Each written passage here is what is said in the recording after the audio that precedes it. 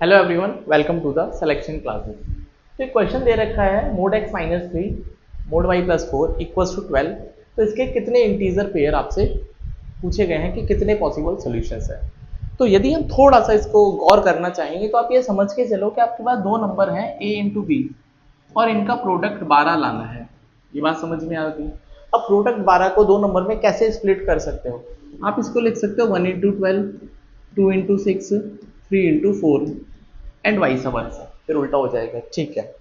अब यहाँ पर एक चीज नोटिस करने वाली है कि यहाँ पे जो मॉडुलस y प्लस फोर है ये बड़ा इंपॉर्टेंट है और बड़े काम का है। मॉडुलस y प्लस फोर, अगर मैं आपसे इसकी मिनिमम वैल्यू पूछता हूँ तो इसकी मिनिमम वैल्यू कितनी होगी? That would be 4। कब? जब y जो है वो जीरो हो जाएगा, क्योंकि मॉडुलस की जो वैल्यू है वो मिनिमम जीरो हो सकती है। कब? जब उसका क्रिटिकल पॉइंट होगा। मतलब y प्लस फोर जो है modulus y plus four, four से नीचे नहीं जा सकता। इसका मतलब ये मेरा डिसाइडिंग फैक्टर है कि भैया यहाँ पे जो मॉड x माइनस थ्री आप ले रहे हो और उसकी मल्टीप्लाई कर रहे हो मोड y प्लस फोर में, तो ये जो मोड y प्लस फोर है, मोड y प्लस फोर जो है वो चार या उससे बड़ा ही होना चाहिए। वो चार या उससे बड़ा ही होना चाहिए। आई होप ये बात आपको समझ में आ गई होगी। अगर आपको इतनी बात समझ में आ गई तो आपके लिए क्वेश्चन बड़ा इजी हो गया। मतलब अब आप, अगर मैं आपसे बोलता हूं कि मोड x माइनस थ्री की क्या क्या वैल्यूज पॉसिबल है, तो ये क्या क्या वैल्यूज ले सकता है? भाई ये तो कुछ भी ले सकता है। अगर ये वन लेगा, आप सोच के देखो, मैं यहाँ पे लिखता हूँ मोड x माइनस थ्री और मोड y प्लस फोर, तो वैल्यूज लिखते हैं ना भाई। अगर ये एक लेगा तो ये 12 ले सकता है भाई, इसके पास चार या उससे बड़ी वैल्यूज। सिमिलरली अगर ये दो वैल्यू लेगा तो ये 6 भी ले सकता है। अगर ये तीन वैल्यू लेगा तो फिर ये चार ले सकता है। ये बात समझ में आ गई? अच्छा, आपको लग रहा होगा सर अगर ये चार लेगा तो ये तीन लेगा। ठीक है, चार लेगा तो ये तीन लेगा। इसमें पंगा क्या है, पंगा देखते हैं।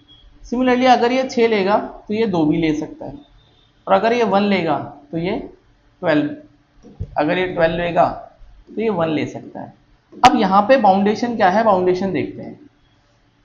y प्लस फोर चार या उससे बड़ा, तो ये वाला पॉसिबल सोल्यूशन, ये भी पॉसिबल सोल्यूशन, इनको हम इग्नोर मार देंगे। क्यों मारेंगे इग्नोर? क्योंकि ये नेगेटिव नहीं हो सकता भाई। Modulus function can not be negative. इसका मतलब क्या है कि अगर आपने गलती से मोड y प्लस फोर को मान लेते हैं, आपने 3 ले लिया, तो यहाँ से मोड y की वैल्यू -1 आएगी, जो कि पॉसिबल नहीं है भाई। मोड तो एक पॉजिटिव नंबर है, इसका मतलब ये पॉसिबल सोल्यूशन नहीं है। तो इसका मतलब क्या है कि जो डिसाइडिंग फैक्टर है मोड y प्लस फोर का है। ये बात समझ में आ गई होगी। अब हम सोल्यूशन कर लेते हैं। अब मेरे लिए बहुत ईजी है सोल्यूशन करना, यदि आप ये बात समझ गए तो। ठीक है,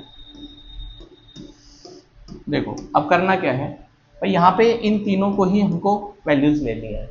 तो अगर आपने लिखा है mod x minus three equals to one, तो यहाँ से मोड x की वैल्यू 4 आएगी, तो x की वैल्यू प्लस माइनस 4 आएगी। बट उस केस में y, mode y plus four कितना है?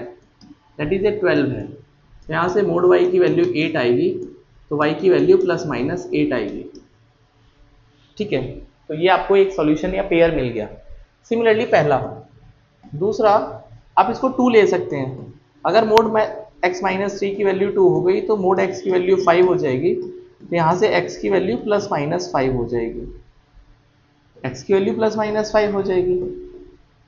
सिमिलरली अगर मैं इसको, जब ये 2 है तो जब ये 2 है तो ये 6 है, तो यहाँ से मोड y की वैल्यू 2 हो जाएगी, तो y की वैल्यू प्लस माइनस 2 हो जाएगी। ये भी बात समझ में आ गई? ठीक है, एक लास्ट ऑप्शन और बचा है ये वाला। अगर आपने मोड x माइनस थ्री को 3 ले लिया, तो यहाँ से मोड x की वैल्यू 6 हो जाएगी, तो x की वैल्यू प्लस माइनस 6 हो जाएगी। कोई प्रॉब्लम नहीं है। सिमिलरली अगर ये 3 है तो मोड y प्लस फोर जो है वो 4 होगा, यहाँ से मोड y की वैल्यू 0 हो जाएगी, तो y की वैल्यू 0 हो जाएगी।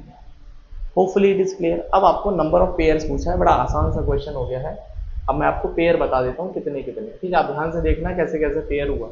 पहले हम 4 और 8 का लेते हैं, तो ये 4 ये 8, ये -4 ये 8, ये -4 ये -8 है ना, -4 -8 और 1 हो जाएगा, दोनों माइनस हो गया, 8 4 -8।